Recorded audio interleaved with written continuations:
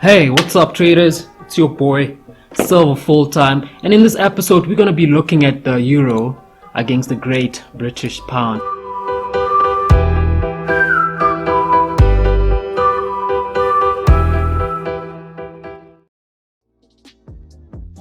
So let me load on my chart, maximize, and then load my black and white template because that's how I like it. So basically what you want to do whenever you're gonna make any type of analysis is that you want to start with the bigger time frames like your weekly or monthly. All right, now personally I love the weekly time frame. I feel like I'll see the same type of thing if I just jump down to monthly. So I think weekly is more than enough information for me. All right, the reason why I'm doing this is because your investors or your long-term traders love these bigger time frames, the daily, the weekly, and the monthly. So basically I want to know what they are doing, what are their market conditions, so that I can basically align myself, even though I'm going to drop down to smaller time frames so that I can make my entries. Okay, so you want to align yourself with the bigger boys so that you don't find yourself on the wrong side of the market and stay hoping for weeks and months that you'll make money. Okay, so I'm going to analyze the weekly time frame. You're going to see me do it, and we'll talk about it once my analysis is done.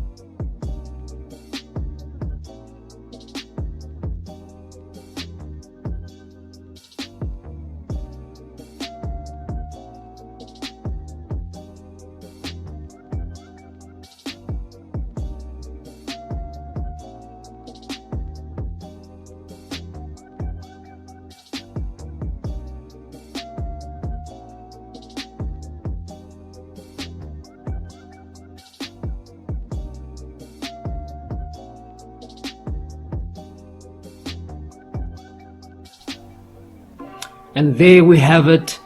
So on the weekly time frame, we can see that we started an uptrend back in 2015 around May, and again they came back around September, and then the market started railing upwards. So the euro was dominating the market here. We had a bit of a retracement here at support number 2, but then the buyers came in and pushed the market even higher, creating a third support where the market went up, came down, got support again, tried to go up, came back to the same support, and then finally finding the momentum to move all the way up, where this resistance number 1, which is basically this guy but just a bit higher, basically rejected the price and has kept the price below this level since the late 2017. So the market has been trending between resistance 1 and support number 3. So this simply means that we should focus our energy within this region. So we'll only worry about all these other structures in the market once the market has gone below support 3. Then we can start looking at support number 2, or if the market does go all the way up past resistance number 1 and 2, then we can consider new highs, and we'll be looking for buying opportunities perhaps.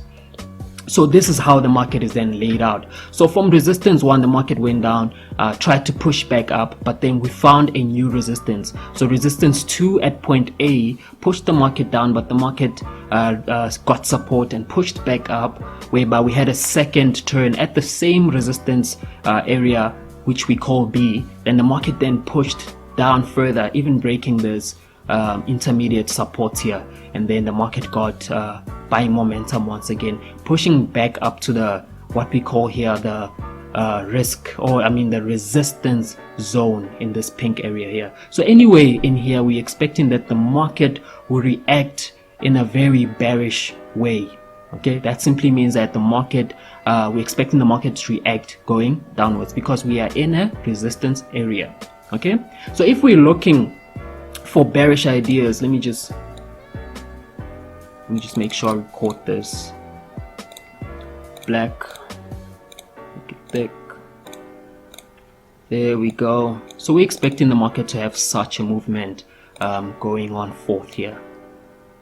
There we go. So if this resistance really holds and pushes the market to the bearish side, we expect that they will move all the way down up to this level.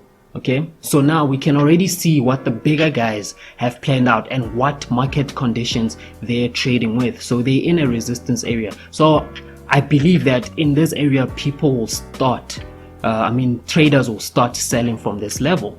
Okay, so for us to get confirmations or better information, we'll then have to drop down to a smaller time frame. So what I'm going to do is just add a new chart because I don't like sharing charts. So again, load the black and white. So now I'm basically going to add all the information from the weekly time frame that I believe are important to me. So for once, I say that we are stuck between support 3 and resistance 1. So I want to get all the daily information from this area here. So anything below that, I'm really not interested at this point. Okay, so now I'm about to basically analyze the daily chart, and we'll talk right after I'm done with the analysis.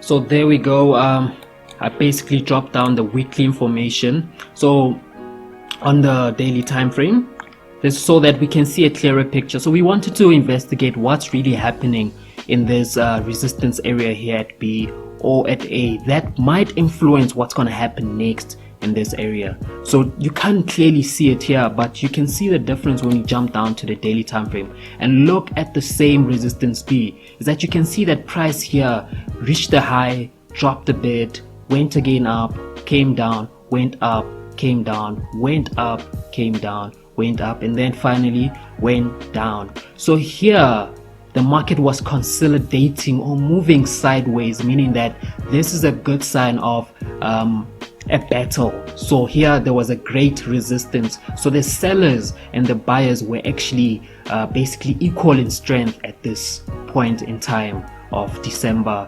2018. But finally the sellers took the market and pushed it all the way down. So we want to investigate this movement here so that they can basically help us confirm or to confluence what's happening according to the weekly time frame and the resistant areas that we have. So let's go back to daily. Let me zoom in a bit. So in order for us to investigate this, I like doing something very simple. Let me get a trend line. So basically I want to zone out the highest point in that area and then also zone out the lowest point. So obviously point B, which is this point here, was the actual highest point, and just stretch it out just like that. And then the lowest point before breaking would be this wick over here, and then just stretch it out so that we zone into this channel. Okay, so there we go. So this was the lowest point and this was the highest point within this interaction here. So basically there would be intermediate points in there as well, so I'd love to identify that. So basically those, all I have to do to get those is move from the candle chart and back to the line chart. So it will appear like this. So I want the same corners, the lowest corner, the highest corner. So I'm just gonna move this line upwards up to there, and then change that to make it dotted to show us that it's an inter support or inner resistance, like this one up here.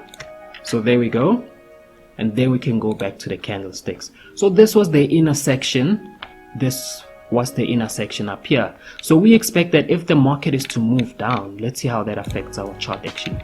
There we go. So you can see clearly that the market is back in this support area. So back in 2018, this was a support area, meaning that price here was finding a lot of buyers. So buyer over there, buyer over here, buyer over there. Okay.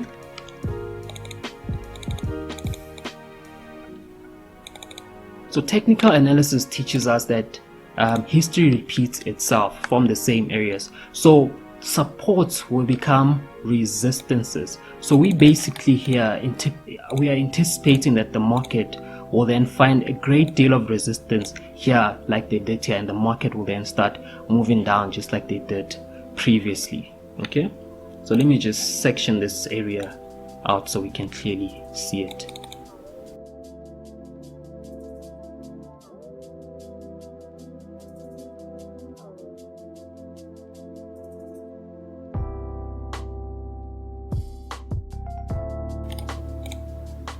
So basically at this point you can see that we're back at resistance number 2, and we're back at its support area where we're expecting that the market will start reacting from here and obviously start moving downwards from this area here.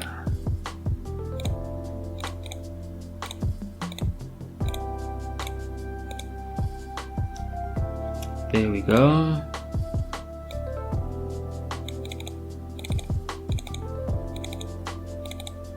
So we expect once the market is ready, it will then move below this area and start going this way to give us some money. What are we expecting there? So from this area here, if that was your entry, to this support area down here, we're looking at about 250 pips worth of movement.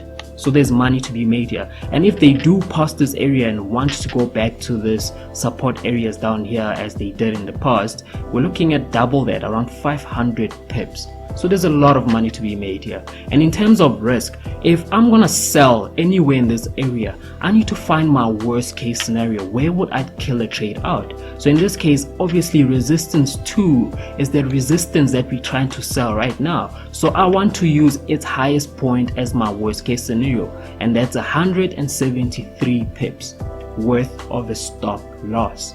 Okay, so anything between here where I'm looking to get an entry and all the way up here, let's check the price of them.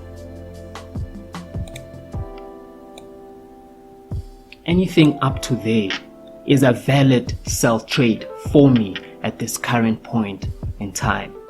Okay, so that's what the daily is showing us. Also, I spoke about a support area over here, so it's not guaranteed that the market will go all the way past here, because this was once a resistance that can turn into a support. So the market could just come back here to give us a retest and then move all the way back up, breaking all these new highs here that they've set. So let me zone that area out.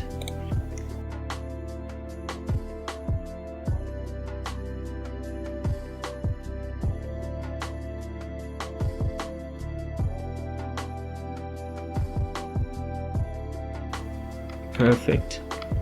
So basically we're anticipating that if the market were to move all the way down here, this might be a possible target for them. So they might want to stop here first and decide to go up.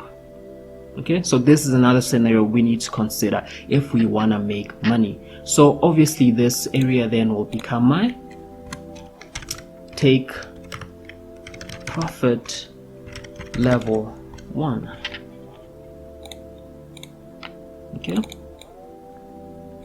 so when these guys get down here, I will consider taking my money home, and that will depend on what market conditions I'm seeing here. Obviously, if the market looks like it's about to crush this, I'm not gonna want to let go of this position because it is too beautiful. So this is the information that we got from this resistance 2 B, which basically agrees with what the weekly time frame is saying with the connection of resistance 1 and resistance 2.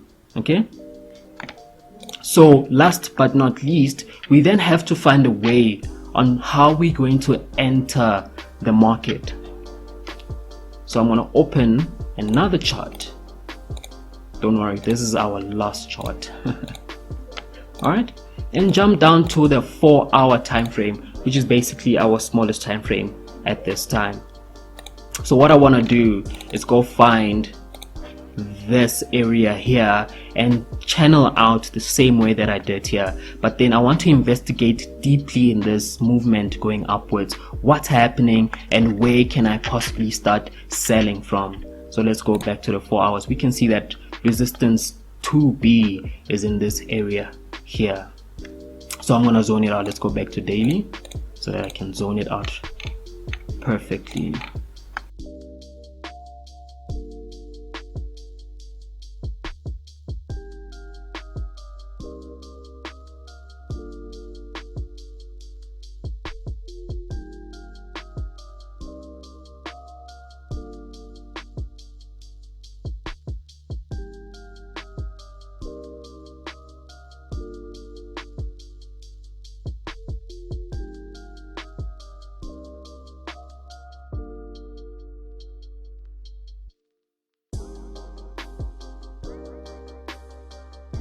So basically this is how it looks on the 4 hours. We can clearly see now what was really happening as this thing was moving upwards. So unlike here where you just see a very strong impulsive movement going upwards, we can actually see how that movement was taking breaks in between. And this is very important for us because we need to find where the structure in the market is so that when it breaks we can take it.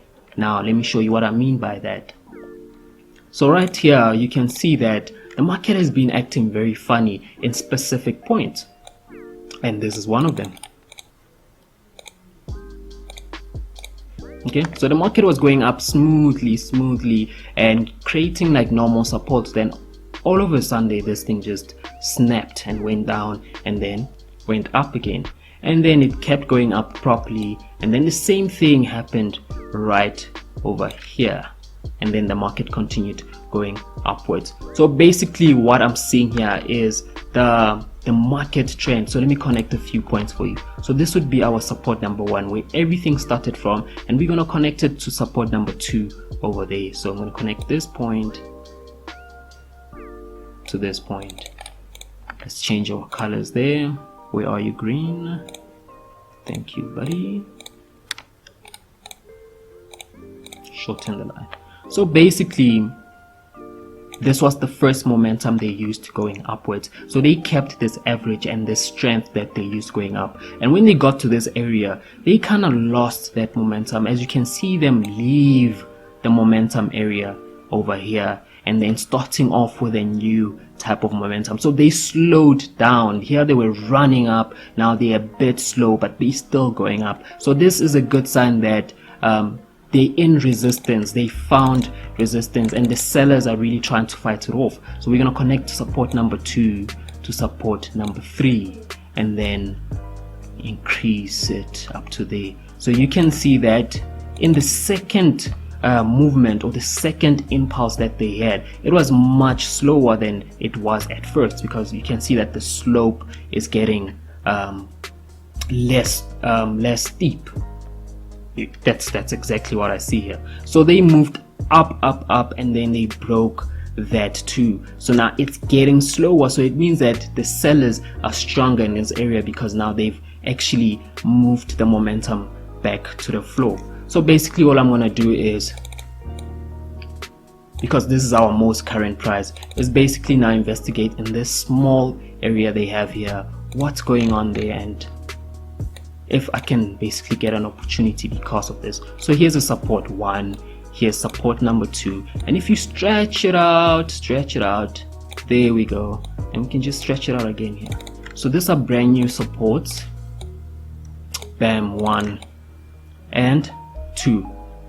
Alright, so now finally we have found the most current trend that's happening in the market, and it is this small upward movement, that's actually struggling to break this resistance area over here, which is beautiful for us. So basically now all we're waiting for is for this guys to break through this trend line to show us that the buyers are out of energy. Okay, the buyers are out of energy, and that the sellers now mean business and they wanna take this market down. So basically this is my closest support at this current time. So I'm gonna wait for this guys to break through this level, break through this support, and then maybe I might take the trade on these terms. So I will take the trade from this level down here all the way up to here. So this area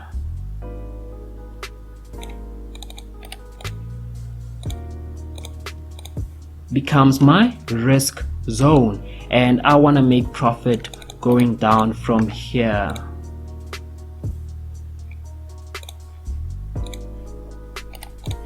It's too light. Anyway, from there and keep going. So I want to make at least 2 times what I've risked here. So now you can start seeing the difference by just zooming out of this shade, that instead of covering the whole 173 pips, you can actually minimize the risk all the way down to literally just about 50 pips. And that's given that these guys decide to leave this area and start moving down from here.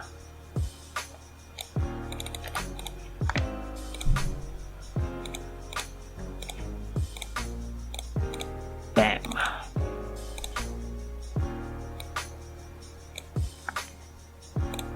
And zoom back in. So that's exactly what I'm expecting. So if this guy's break here, I will sell anyway from here and expect that I'll hit my stop loss in these areas here. So what is this price? There we go. So the average price there is the 0.89737. That's where my stop loss would be, to shrink it down from this whole area here. But I am prepared to hold it until they get up here if need be. Okay, so now for confirmations, we're gonna wait for these guys to break out and show us that they mean business, and then we might join them. And that's it for Euro GBP. I hope this was very educational, as it is meant to be, and that you can actually see what psychology goes into every chart that I put out there. Okay, and remember that the markets are not guaranteed, meaning that there's risk involved and you can lose your money. Okay, so always trade so that you can afford the next trade, because the most important trade is always the next one. Okay, even winners in the market, the guys that end up with a total win at the month end or end of the year, whatever target they have losses on their accounts. There's nothing guaranteed in the market. That's why you need to trade smart. Do you see how I'm minimizing risk and making proper analysis so that I can get probability onto my side? Okay, so take that into consideration. Don't blow that account. Do not blow that account. And happy trading. Please leave me your comments. I will keep dropping charts like this so that we can engage in them and actually learn from this. And that's it for me. Peace.